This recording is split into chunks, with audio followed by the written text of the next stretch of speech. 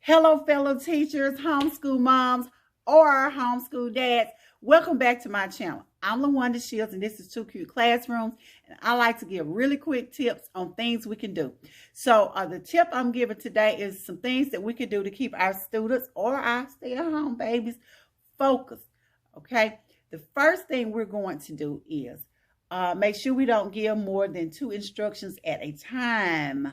Because when we give a lot of instructions, our little babies get confused. They get lost. They get overwhelmed. Like I do when I look at a to-do list and it's a mile long. And I'm like, oh my gosh, oh my gosh, oh my gosh.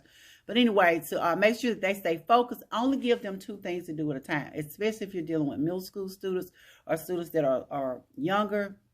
It's hard to stay on task and on track when you have a whole list of things to do. So only 2 things at a time. My next tip is to make sure you teach procedure. So whether you have high school, middle school, elementary school, procedure is very important. I think The First Days of School by Harry Wong was a really popular book. I read it. It works. Be sure you teach these kids what to expect and when to expect it. Gotta go chase this rabbit real quick, which means to share a story with you.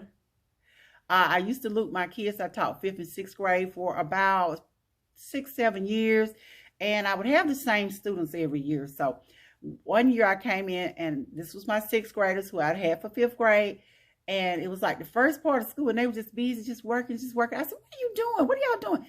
And they said, we're doing our homework. I said, you're not doing homework. I'm not crazy. I haven't given you homework yet. School just started, you know. And so they were like, oh, we're doing this work. And so I said, show me. And I walked over, and they said, look. And they were actually doing some homework. And the reason they were doing homework, they were doing some activities with their vocabulary and spelling words. And it was really something I was going to assign, but they told me they knew this was what they were going to have to do because they'd had me the year before.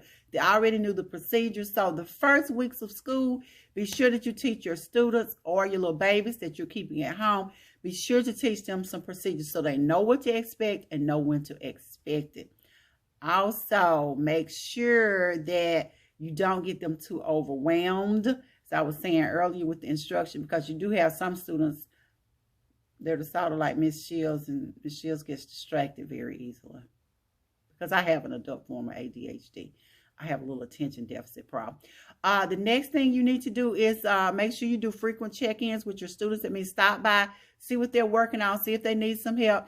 Make sure they're on task. Make sure they understand, because you do have some students that'll sit in class, have no idea what's going on, won't ask you, but they'll sit there. So make sure you do frequent check-ins with your students. Another thing that you can do is make sure you you find out what your students like. Get them excited about a lesson. See what, do those interest inventory sheets the first of school. If you're a parent, then you probably already aware of the things that your kid gets excited about. So it's a little easier for you. Make sure you incorporate some of that into your class, into your learning, into your lesson. And I like to trick students into getting excited about writing and getting excited about reading. So you might want to use these. So if they like monster trucks, then you might want to have some reading activities that deal with monster trucks. You might want to do math related to monster trucks. Just a way you could incorporate this with those older students. They have a movie, they have a song, they have an artist that they love. Make sure you find a way to incorporate this into what you're teaching them. And this will help to keep them excited. So this has been Miss Shields with Too Cute Classrooms, giving you some quick tips on how you can help to keep your students focused and in check and on tune. Be sure to subscribe to my channel. Be sure to hit the bell so you can be notified every time I release a new video. Thanks. See you again.